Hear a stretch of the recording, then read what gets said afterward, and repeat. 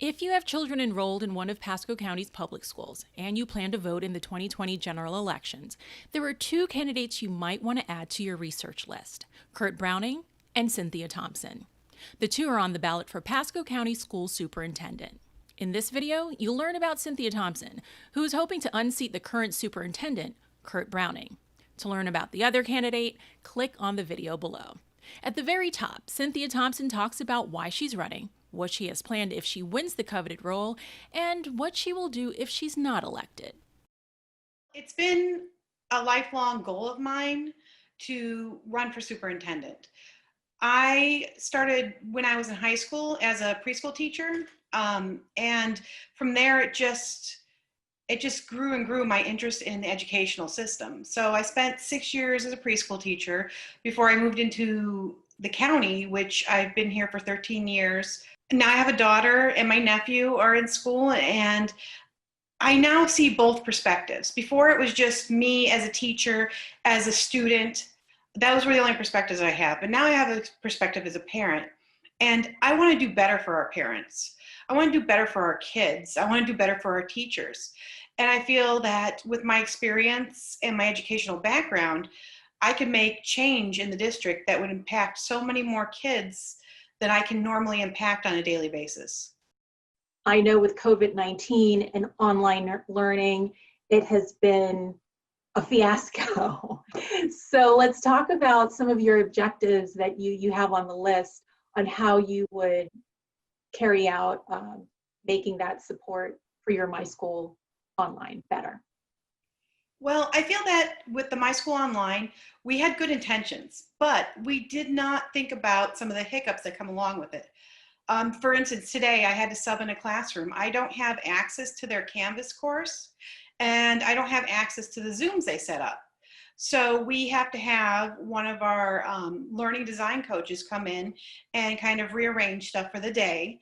And I feel that's something we should have addressed ahead of time. And also, I had to work with a parent today who was completely lost with how to log in, how to navigate, how to help their kid be more successful and make sure they're making it on time to the Zooms.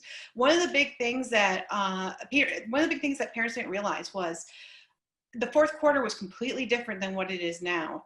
Some teachers Zoomed all the time. Some teachers only did once a day for the whole class.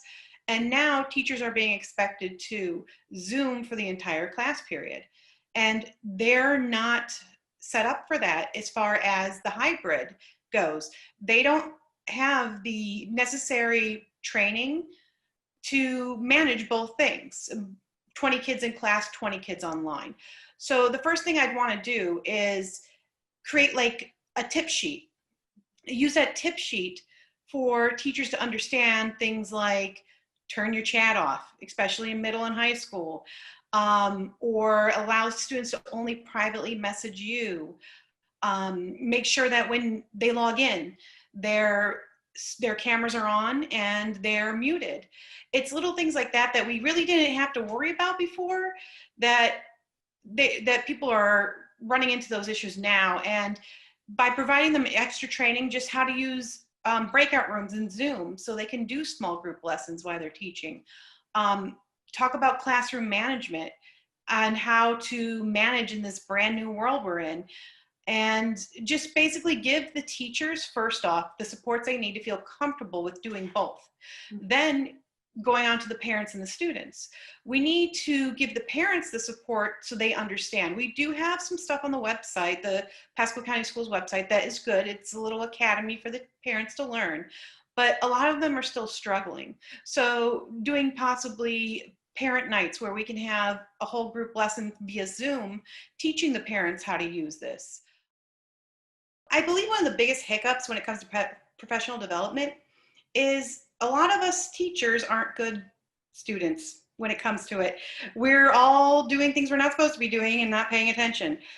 But that's also because we're not being really captivated. Like most of us feel like the information we're being told or we're supposed to be learning is something we've already learned before.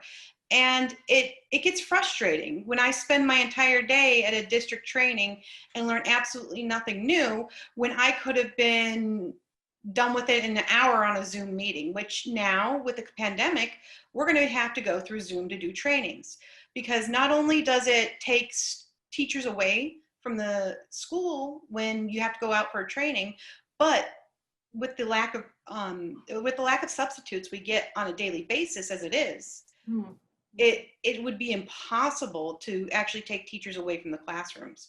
Wow. So they're working on giving us professional development through Zoom. Mm-hmm. And once again, it needs to be meaningful. It needs to be what we need to do now, tips and tricks. You can tell me all about behavior and how to identify behavior and why this kid is doing this and that and the other thing. But what should I do? If we want to keep teachers engaged in these things, we need to make sure that they are actually gaining something from this, that they're learning and they're growing as a whole in the county. How would you support teachers, whether it's an increase in pay, having more help in the classroom or online classroom? What would you do about that?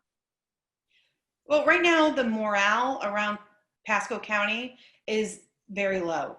We all feel forgotten. We all feel like we're not cared about. We all feel like there's no hope, basically.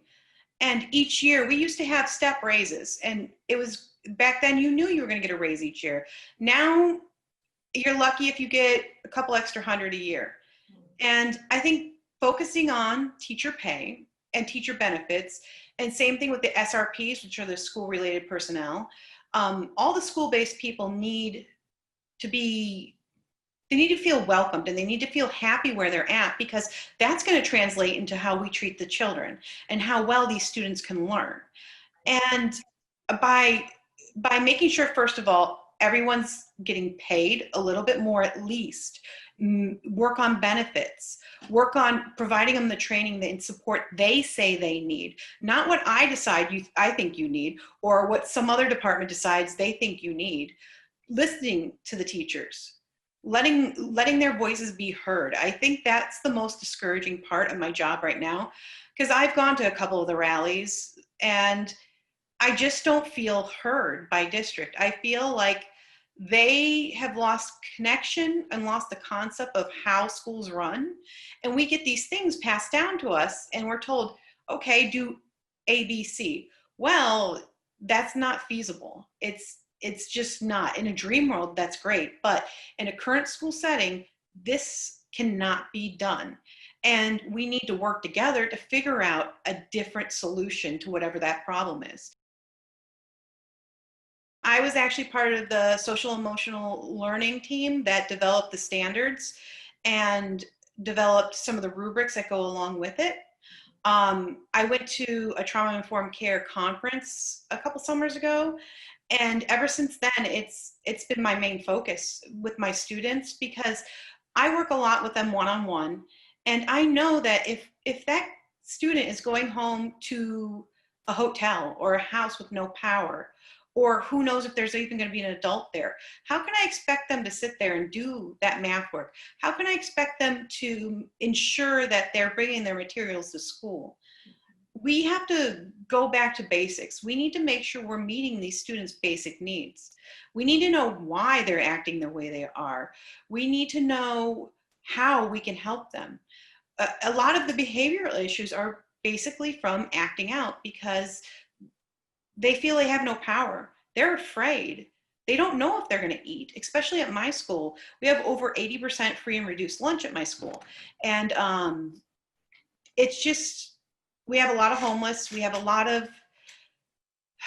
have a lot of students that are struggling with their families. And teachers need to understand how to properly interact with those students. Do you think that you would run into, on the parent side, what goes on in my house stays in my house, that's none of your business kind of thing? We run into both ends. We run into, I'm the parent, you can't tell me what to do, I'm going to do what I want. And then I run into they're at school right now, so that's not my problem. So we have two ends of the spectrum there. And you're right, we can only offer these parents help. Mhm. They need to decide to take it themselves. And if they're not going to decide to take it themselves, we need to be there for these students because we are their safe place. I hope I'll win. I'm not going to put the cart before the horse. I'm not going to say that I'm going to have a runaway. I'm not going to even predict how much of a percentage I will have, but I've already started the conversation in the district. I've started the conversation that change needs to happen.